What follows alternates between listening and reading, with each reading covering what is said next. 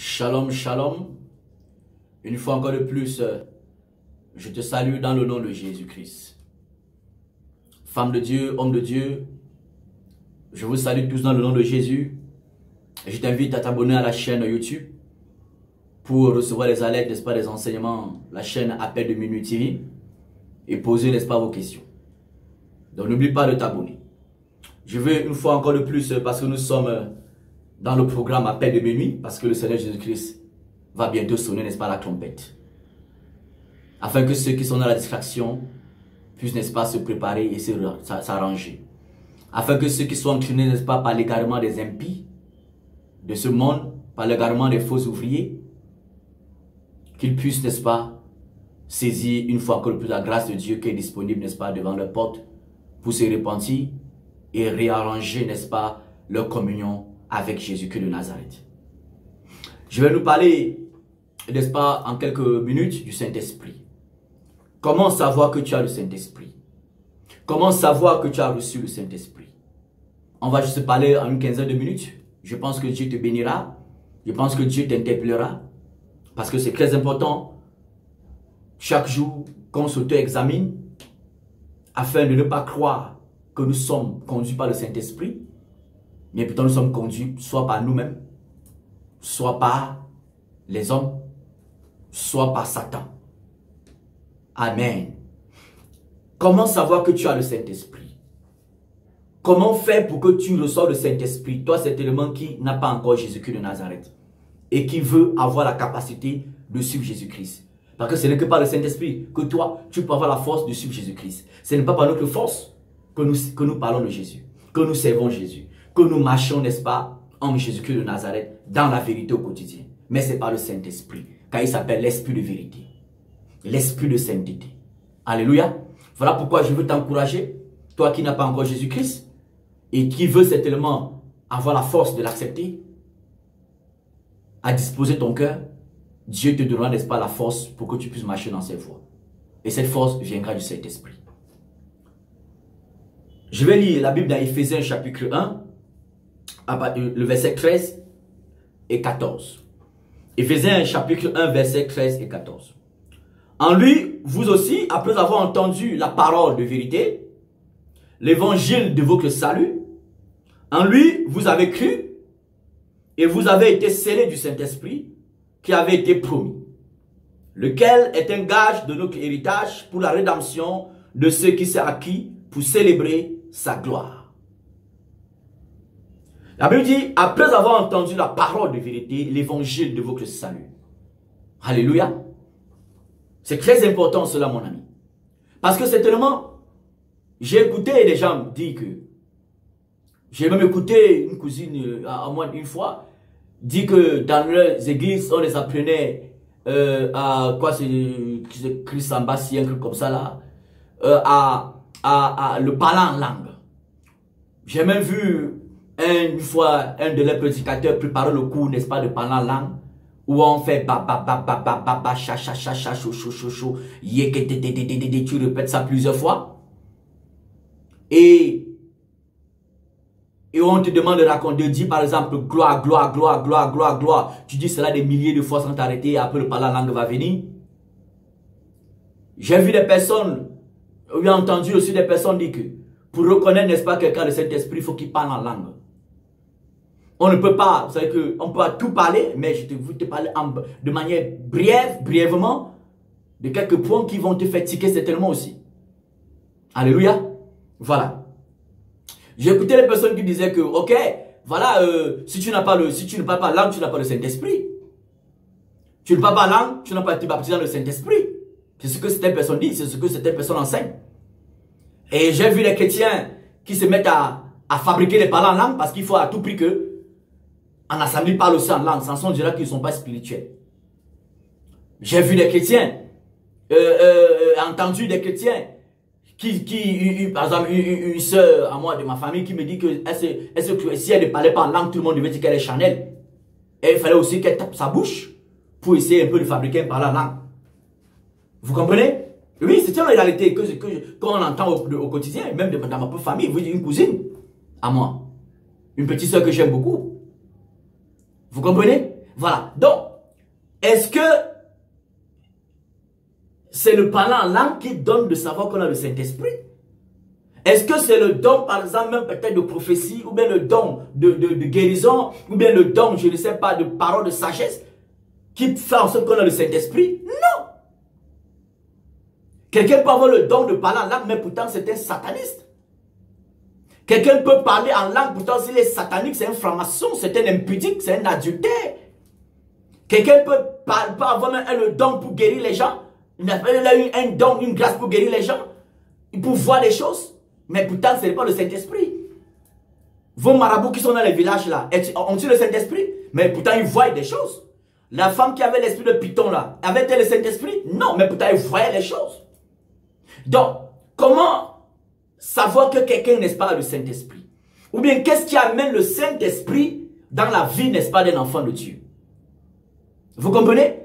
Qu'est-ce qui amène le Saint-Esprit dans la vie d'un humain? Qu'est-ce qui amène le Saint-Esprit? Voilà, c'est très important. C'est pourquoi tu te rassures que tu as vraiment le Saint-Esprit. C'est pourquoi tu te rassures que tu as encore, peut-être tu avais ça hier, et que tu te rassures que tu as encore le Saint-Esprit. Parce que tu peux prêcher, pourtant tu n'as plus le Saint-Esprit. Tu peux prier, tu n'as plus le Saint-Esprit. Tu peux donner tes dons, tes dîmes, tes offrandes, même les dîmes qui ne sont même plus d'actualité même. Tu peux les donner comme tu veux parce que ce qu'on t'enseigne, on ne voit pas tes péchés, on ne voit pas tes sales habitudes au côté. On voit comment tu manques du respect à ton mari, à ta femme. Tu insultes ta femme, mais on te regarde seulement tes dîmes que tu donnes, mais pourtant c'est même plus d'actualité. Tu peux donner tout cela, mais pourtant tu n'as plus le Saint-Esprit. Tu n'as plus le Saint-Esprit. Oui, mon ami. Tu peux faire tout ça et pourtant tu n'as plus le Saint-Esprit. Vous comprenez? Amen.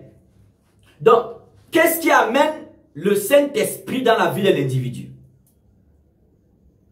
Ce qui amène le Saint-Esprit dans la vie de l'individu, c'est le fait que cet individu a écouté l'évangile de vérité. La parole de vérité. Et a mis, n'est-ce pas, sa foi en cette parole-là. Le fait que cette personne met la foi en cette parole, parce que la Bible dit en Romains, chapitre 10, 17, que la foi vient de ce qu'on entend. Et ce qu'on entend vient de la parole de Dieu. Donc si ce que tu entends, c'est la parole de vérité, tu reçois et tu mets ta foi en elle, tu reçois le Saint-Esprit. Même avant de prendre le baptême d'eau, tu reçois le Saint-Esprit. C'est pas parce que tu prends le baptême d'eau que tu auras le Saint-Esprit après. Non. C'est le Saint-Esprit même qui met en toi le désir, la foi d'aller te faire baptiser par immersion à l'exemple de Jésus-Christ de Nazareth. Donc, pour recevoir le Saint-Esprit, il faut avoir entendu la parole de vérité. Donc, tu dois veiller sur la parole que tu entends, soi-disant venant, n'est-ce pas, de la Bible. Alléluia. N'oublions pas que la Bible dit que plusieurs séducteurs sont venus dans le monde. Ces séducteurs sont dans le monde là. Vous pensez qu'ils viennent, c'est pour seulement rire avec vous? Non. C'est pour vous égarer. Te fait croire que tu es toujours sur le bon chemin, mais pourtant tu n'es plus sur le bon chemin depuis. Pour te faire croire que tu as encore le Saint-Esprit, mais pourtant tu n'as plus le Saint-Esprit. Tu n'as que ton esprit humain et c'est tellement les petits démons qui peut-être t'animent au quotidien. Vous comprenez? C'est après avoir entendu la parole de vérité, l'évangile du salut, c'est-à-dire l'évangile qui vient de Jésus-Christ crucifié.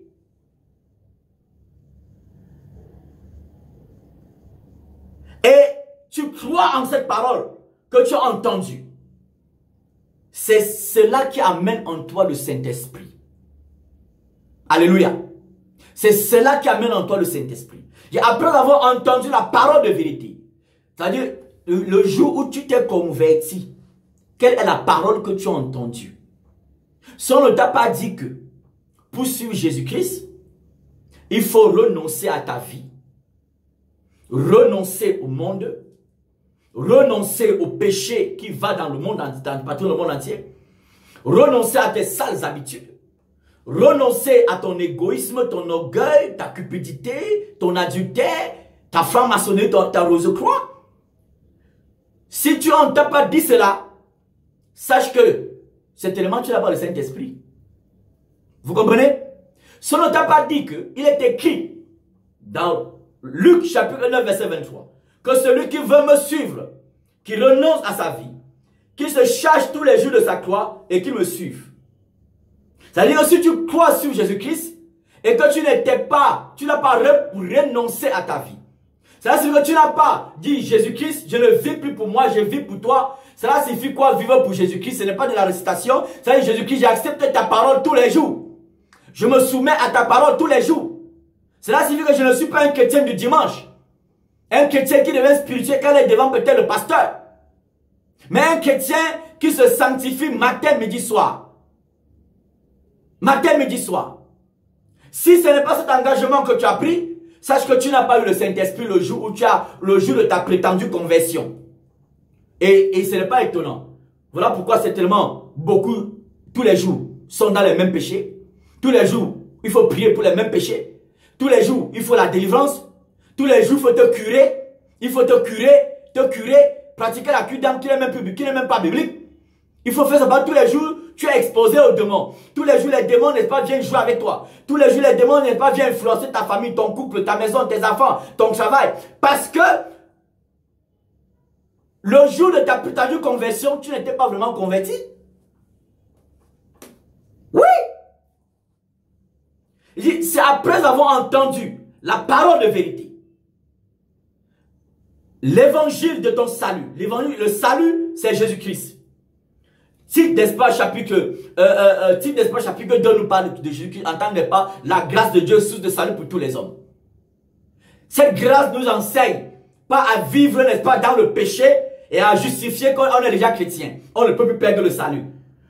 La grâce de Dieu qui nous donne le salut n'est pas venue pour t'amener à insulter ton mari, à insulter ta femme, mépriser ton mari, mépriser ta femme, aller chez les marabouts, à mentir, à vivre, n'est-ce pas, de manière dénudée, à t'habiller comme une prostituée, à marcher, n'est-ce pas, avec ta poitrine dehors. La grâce de Dieu qui amène le salut ne nous amène pas, ou bien ne nous appelle pas à vivre ainsi. Mais elle nous appelle à renoncer à l'impiété, à renoncer à fuir le péché, à fuir, n'est-ce pas, le mal, à fuir les fausses doctrines, à fuir les faux enseignements, à ne pas soutenir et encourager les prophètes, les pasteurs, n'est-ce pas, de malheur, qui divorcent, se remarient à tort et à travers. La grâce de Dieu nous amène le salut, et ce salut nous met dans une posture de sainteté, de sanctification au quotidien. Amen. Après avoir entendu la parole de vérité, l'évangile de ton salut, et tu crois en elle. Si tu as cru à une parole que vient à Jésus-Christ, tu seras riche, tu seras plus pauvre. Viens à Jésus-Christ, tu ne seras plus malade. Viens, le jour où tu seras malade, tu vas abandonner Jésus-Christ. Abandonner même que tu l'as d'abord accepté, tu n'as même pas forcément accepté.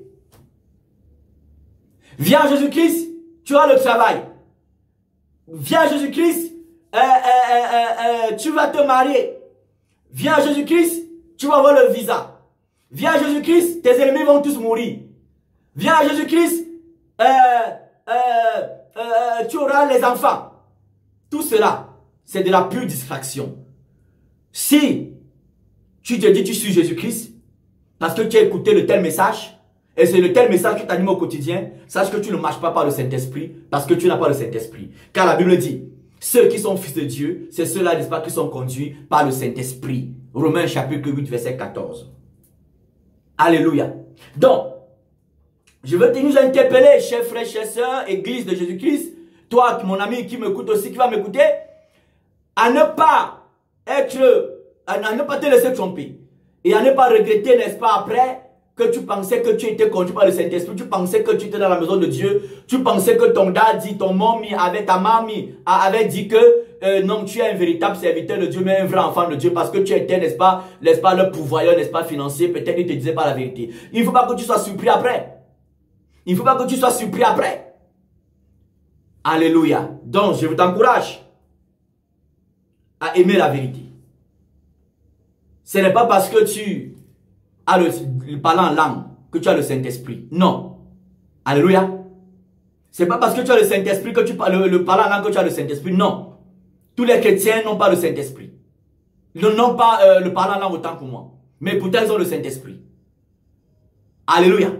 Si on te fait croire que tu ne parles pas, le parler en langue parce que tu n'as pas été baptisé dans le Saint-Esprit, dis à ces personnes que c'est faux. Ne te laisse pas entraîner par les fausses doctrines. Recevoir n'est pas les fausses impositions des mains, des cupides, des débauchés, des adultères, des orgueilleux, parce que tu vas tout près que baptiser dans le Saint-Esprit pour parler en langue. Et on te communique des paroles en langue démoniaque. Non.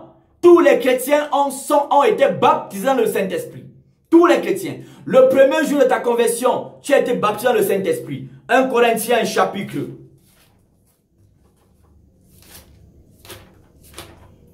1 Corinthiens chapitre 12.